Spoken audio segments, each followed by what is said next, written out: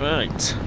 Hello and welcome to me attempting to not mess up a landing. As you know, the last couple of landings have been a bit hard potentially. I don't really know if I've uploaded them. I'm too embarrassed. Anyway, we're currently coming into Sharm el Sheikh in Egypt on the RNAV approach to runway 22 left. We've got a mandatory 1600 here and followed by another mandatory 1600 just after. So actually would be more ideal to be staying a bit higher so we'd have a continuous descent, but we're just following the profile of the approach, which is the RMP runway 22 left, mandatory 1600 anyway, so basically mainly because I think there's Jeddah fear here and we're not allowed to overfly that, so we've got to be very careful. So should be starting our right turn onto final approach now. There we go, got landing lights on, seatbelt signs are on, and flaps 1 is already set. Now we've got a nice long period of level flight, so I'm going to do flaps 2 now, and maybe even flaps 3 while we're level, because I've got about 8.5 miles to the runway.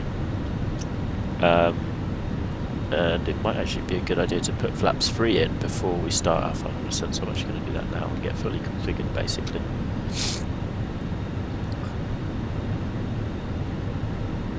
No, not climb final. Gears going down. There's our final approach fix there. So let's get fully configured, I suppose, why not? 7.5 miles to go, gears down.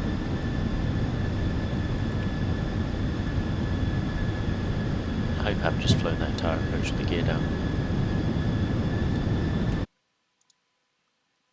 Gear level lowered. Oh, that's fine. Okay, we're on RNAV until the altitude constraint is over. Flaps full now. Landing gears down, 3 greens. We've got low auto brake. There's the gear down, you can see by the cloud appearing in front there. We're just about to intercept our glide path really. Tuning 1228.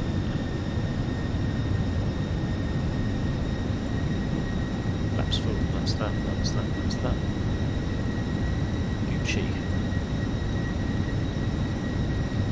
Sharm el Sheikh traffic, Alpine 170 kilo is on long final runway 22 left.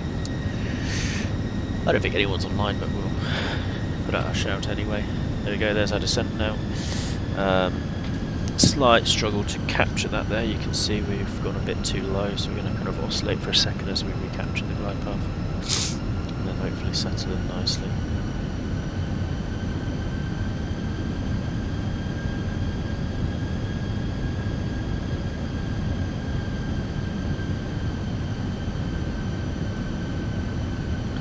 Final check of that.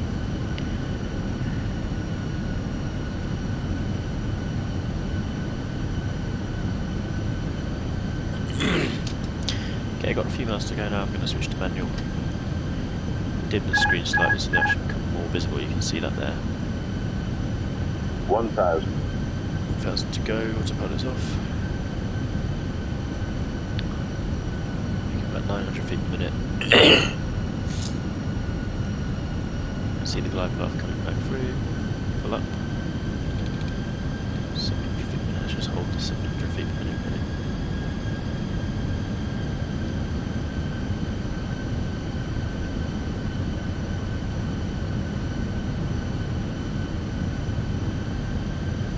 $500. Yeah, continue the approach. Got 140 knots, that's times it by 5, that's exactly 700 feet per minute for frequent glide path, so we'll just hold 100 that. above.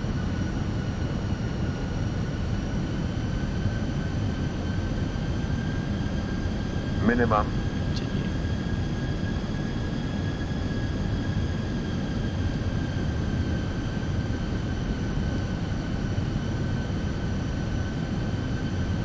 $100.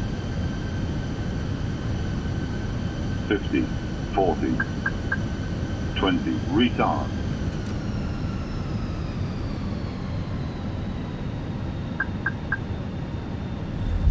Touchdown.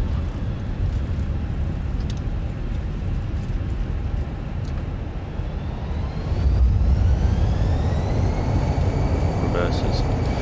So in order to stop the nose from slamming down, which is what happens actually, you need to basically continue applying backstick pressure as you land. So as the nose is still in the air, you still keep the nose up basically and resist the tendency for the nose to drop. That felt relatively smooth. It was a long flare, maybe a little bit too long. So we'll see now on the Volanta software. We're actually on my VEzy Pegasus client. That was 54 feet per minute. Yeah, there we go. Johnny's back. Back in business.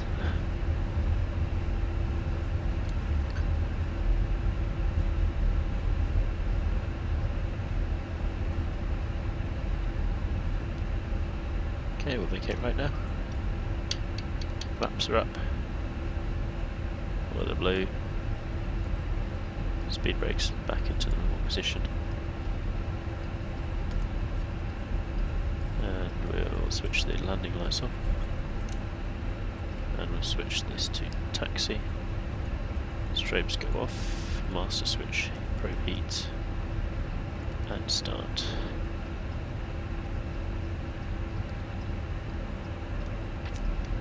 The terminal building's over there, so that's where we'll go.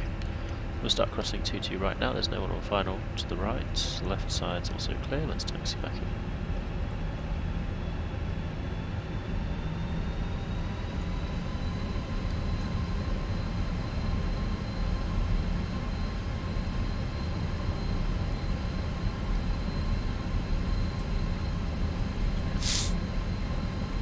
Let's get the airport charts up.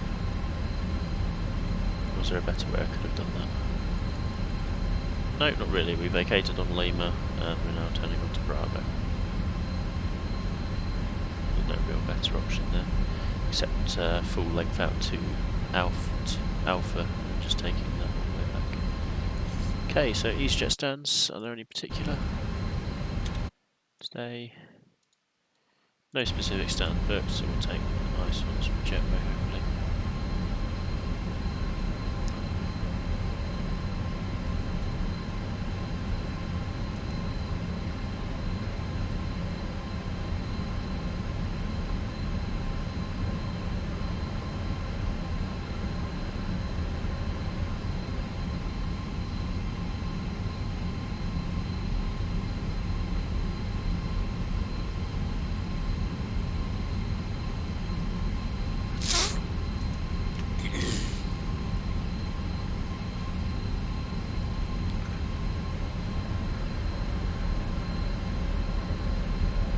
Take stand next one.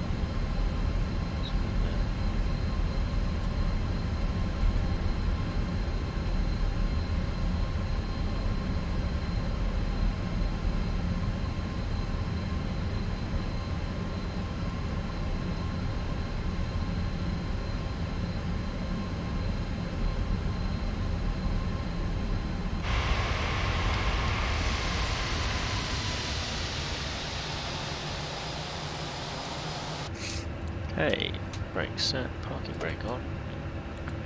Check landing time. Landing time was 2.0. It's now 2.4, so we can actually turn off the engines. We've got APU available. So click there. There we go. And let's get the ground stuff set up before we request deboarding. So the doors, forward stairs, aft stairs, deboard. And why not get the air traffic control tower up. Catering, baggage, request it a second time, fuel, there we go. Okay, we can turn off all the lights now. And we'll put the wing lights on now, just so the ground crew don't have a problem. We've got external power now, so once the switch goes off. There we go, the wing light's just on, just to illuminate the front of the wing so that it's all more obvious to the ground crew. There we go. Finally a smooth landing again after so much time.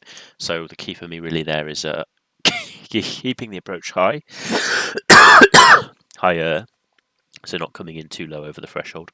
Because the problem is if I come in too low over the threshold, I'm already in a flare.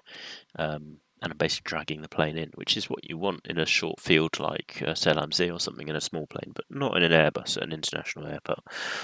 You want 50 at the threshold, 100 just before, so 150 over threshold, and then 40, 30, 20, 10. You should hit 10 roughly where the aiming point is, and then 5 some point after that. Landing position today was actually not too bad. So we have the main touchdown zone marking. There's 1, 2, 3 afterwards. We were between 1 and 2 at 57 feet per minute, 0.98 G. Grand